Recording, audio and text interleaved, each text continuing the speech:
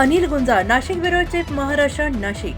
चांदवड लासलगाव रोडवर 32 किलो गांजा जप्त. स्थानिक गुन्हे शाखेची धडक कारवाई, तिघांना अटक. नाशिक ग्रामीण पोलिसांच्या स्थानिक गुन्हे शाखेने अंमली पदार्थाविरोधात मोठी कारवाई करत चांदवड लासलगाव रोडवरील दिग्वस शिवारात 32 किलो गांजा जप्त केला. या कारवाईत तिघा संशयितांना अटक करण्यात आलेली आहे. त्यांच्याकडून गांजासह Swift Dzire car, mobile phone आणि रोख रक्कम असं एकूण 14,74,300 रुपयांचा मुद्देमाल जप्त करण्यात आलेला आहे. नाशिक ग्रामीण जिल्ह्यातील अवैध व्यवसायांचे समूळ उच्चाटन करण्यासाठी तसेच सराईत गुन्हेगारीला आळा घालण्यासाठी पोलीस अधीक्षक, अप्पर पोलीस अधीक्षक यांच्या मार्गदर्शनाखाली स्थानिक गुन्हे शाखेचे पथक गस्त घालत होते.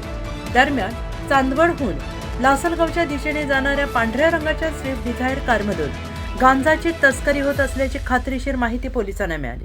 या माहितीच्या आधारे पोलिसांनी चांदवड लासलगाव रोडवरील दिग्वस शिवारात सापळा रचून संशयित कार अडवली. पंचांसमक्ष कारची झडती घेतली असता डिक्कीत 32 किलो गांजा आढळून आला आणि त्यानंतर कारमधील तिघांना ताब्यात घेऊन अटक करण्यात आली.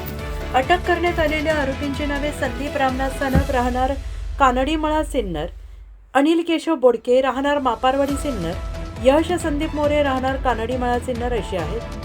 या प्रकरणी चांदवड पोलीस ठाण्यात गुन्हा क्रमांक 276/2026 अंतर्गत NDPS कायद्यातील कलम 8(क)(20)(ब),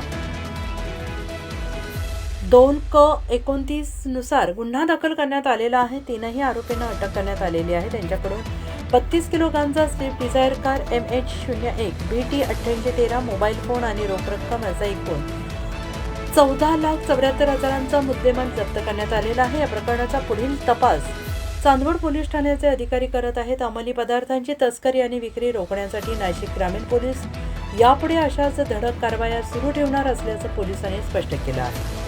bureau report, SPN Marathi, Nashik.